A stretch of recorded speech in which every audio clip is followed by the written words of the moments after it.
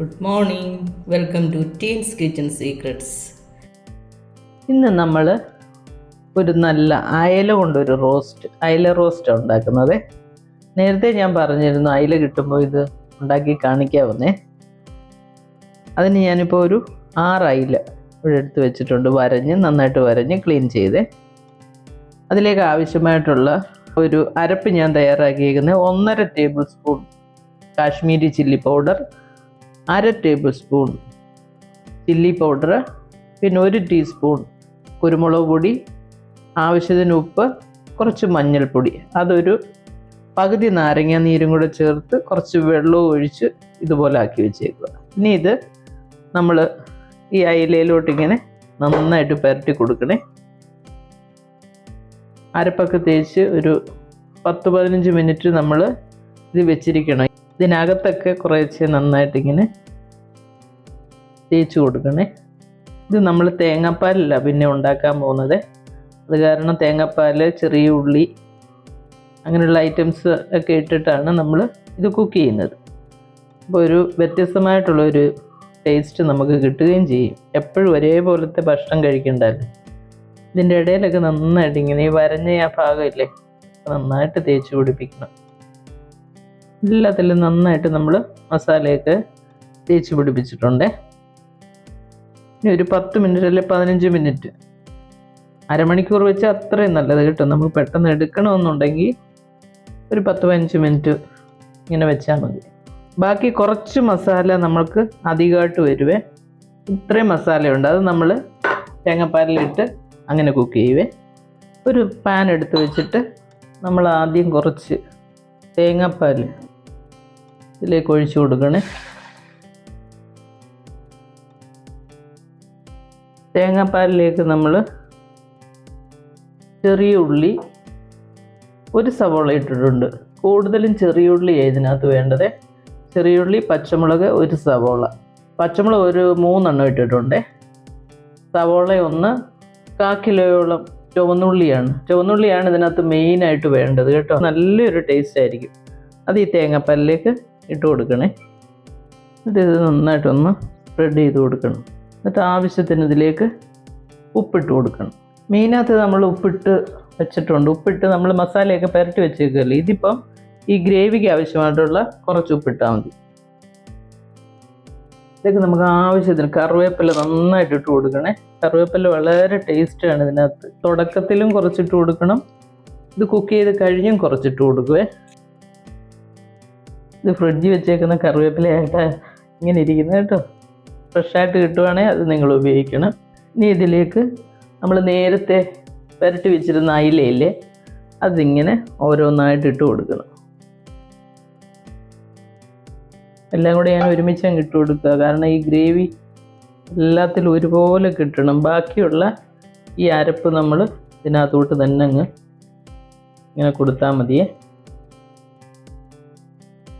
ഇനി ഒരു 5 മിനിറ്റ് ഒരു സൈഡിൽ കിടന്ന് ഇങ്ങനെ ഇതുപോലെ വെന്ത് കിട്ടണം. നമ്മളിതങ്ങ് അടച്ച് വെച്ചേക്കണം. ഇനി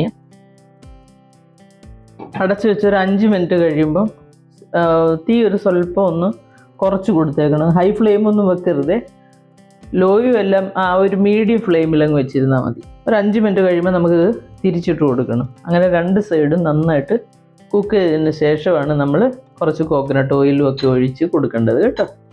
നമുക്ക് 5 മിനിറ്റ് കഴിഞ്ഞ് നോക്കാം. നമ്മൾ ഈ അയില ഇതിനകത്ത് വെച്ചിട്ട് 5 മിനിറ്റ് ആയേ. ഇനി നമുക്കിതൊന്ന് തിരിച്ചിട്ട് കൊടുക്കണം. ഈ ഫ്ലെയിം നമ്മൾ കുറച്ച് കൂട്ടി വെക്കണം. കാരണം ഈ തേങ്ങാപ്പാൽ വറ്റി വരണേ.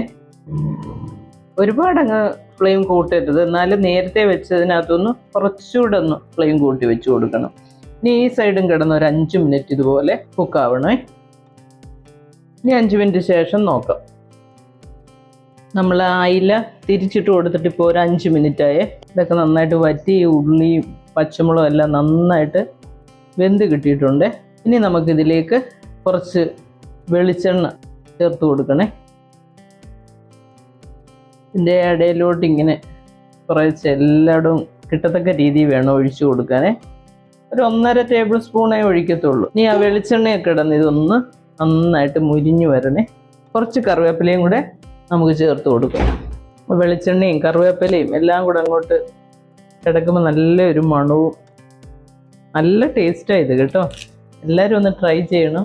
ചോറിൻ്റെ കൂടെ ഭയങ്കര രുചിയായിട്ട് നമുക്ക് കഴിക്കാം. ഒരു 2 മിനിറ്റ് ഇതുപോലെ കിടക്കണം ഒരു സൈഡേ, എന്നിട്ട് നമ്മൾ അടുത്ത സൈഡ് തിരിച്ചിട്ട് കൊടുത്ത് ഇതുപോലെ മുരിച്ചെടുക്കണം. ഒരുപാട് അങ്ങ് ഡ്രൈ ആകത്തൊന്നും ഇല്ല. ഇത് നല്ലപോലെ ഈ ഉള്ളിയും എല്ലാം കൂടെ കുഴഞ്ഞ് ഈ മീനിൻ്റെ പുറത്ത് ഇങ്ങനെ ഇരിക്കും. ആ ഗ്രേവി കഴിക്കാൻ തന്നെ ഭയങ്കര ടേസ്റ്റാണ് കേട്ടോ. ഇങ്ങനെ തുറന്നിട്ട് വേവിച്ചാൽ മതി, ഇനി അടച്ചൊന്നും വെക്കണ്ട. ഇനിയൊക്കെ 2-3 മിനിറ്റ് കഴിയുമ്പം നമുക്ക് നോക്കാം. നമ്മളിവിടെ എണ്ണ ഒഴിച്ചു കൊടുത്തിട്ട് ഒരു 3 മിനിറ്റായി. ഇനി നമുക്കിത് തിരിച്ചിടണേ. എല്ലാ മീനും ഇതുപോലെ തിരിച്ചിട്ട് കൊടുക്കണം. തിരിച്ചിട്ട് കൊടുത്തിട്ട് ഈ ഉള്ളിയൊക്കെ ഇങ്ങനെ ഇതിൻ്റെ പുറത്തേക്ക് ഇങ്ങനെ വെച്ച് കൊടുക്കണേ. തേങ്ങാപ്പാലിനകത്ത് കിടന്ന് വെന്ത ഉള്ളിയല്ലേ, അപ്പോൾ അതിന് നല്ല ടേസ്റ്റ് ആയിരിക്കും. സൂക്ഷിച്ച് വേണം മീൻ തിരിച്ചിടാൻ, കാരണം വെന്ത മീൻ തിരിച്ചിടുമ്പോൾ എണ്ണയ്ക്കകത്ത് കിടന്ന് ഫ്രൈ ചെയ്യുന്നതല്ലല്ലോ. വളരെ കെയർഫുള്ളായിട്ട് വേണം തിരിച്ചിട്ട് കൊടുക്കാൻ. എന്നിട്ട് ആ ഉള്ളിയൊക്കെ അതിൻ്റെ ഓരോ സൈഡിലും ഇങ്ങനെ പുരട്ടി വെക്കണം. നമ്മളിനി ഈ സൈഡ് മുരിഞ്ഞ് കഴിഞ്ഞ് ഒരു പ്രാവശ്യം കൂടെ നമ്മൾ തിരിച്ചിടുവേ. ഇനി ഒരു സ്വല്പ വെളിച്ചെണ്ണയും കൂടെ നമ്മൾ നേരത്തെ ചെയ്ത പോലെ ഇതിൻ്റെ ഇടയിലോട്ട് ഇങ്ങനെ ഇത് സ്വല്പം ഇങ്ങനെ മാറ്റി കൊടുത്തിട്ട് അതിൻ്റെ ഇടയിലോട്ട് സ്വല്പം വെളിച്ചെണ്ണയും കൂടെ, നേരത്തെ ഒഴിച്ച അത്രയും വേണ്ട, സ്വല്പം കൂടെ.